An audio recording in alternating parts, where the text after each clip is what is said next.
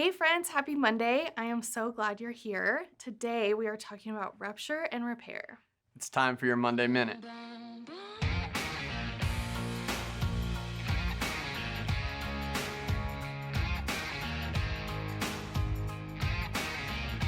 Friends, today I am joined by Ethan, who is a therapist here at Mayfield and also a really good friend. So Ethan, welcome. Hey, how you doing? Excited to have you.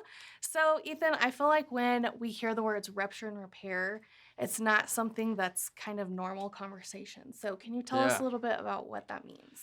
Yeah, so when we look at rupture and repair, what we want to think of is those moments that we have with friends or family where we have those arguments and maybe things don't go as planned. So that's what we kind of call a rupture, or maybe in a marriage, it's an infidelity. It's a big argument that's a blowout, and we just don't know where to go from there. And so repair is picking up the pieces and just putting that back together. So, Ethan, from what you're saying, it sounds like ruptures are big, but can they also be small? Yeah, I think they can definitely be small. I think we find those usually internally when they're small. They can be small with family and friends as well, but a lot of times it's that internal self talk where we Mm, have those little ruptures, those little moments where we're not sure what exactly we're feeling in the moment, and we wrestle with that a little bit. yeah. That makes me think of like if I had an argument with a friend, hmm it might be made worse by what I'm telling myself. Yeah, absolutely. I think it's really important to stop and think about what are we feeling in the moment. Because if we can do that, then we can communicate that effectively.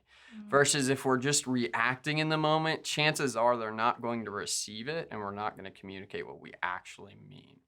If we think about the image of rupture, what does repair look like?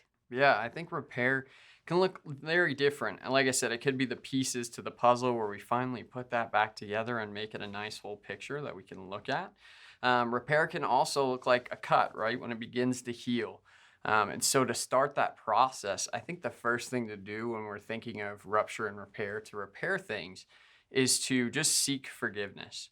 Mm, That is one thing we can do. We can go to our friends, we can go to our family, or even to ourselves and begin to forgive ourselves because we really want to pay attention when we're in rupture. What are we telling ourselves? What's the mm, life story or the script that we continually go back to?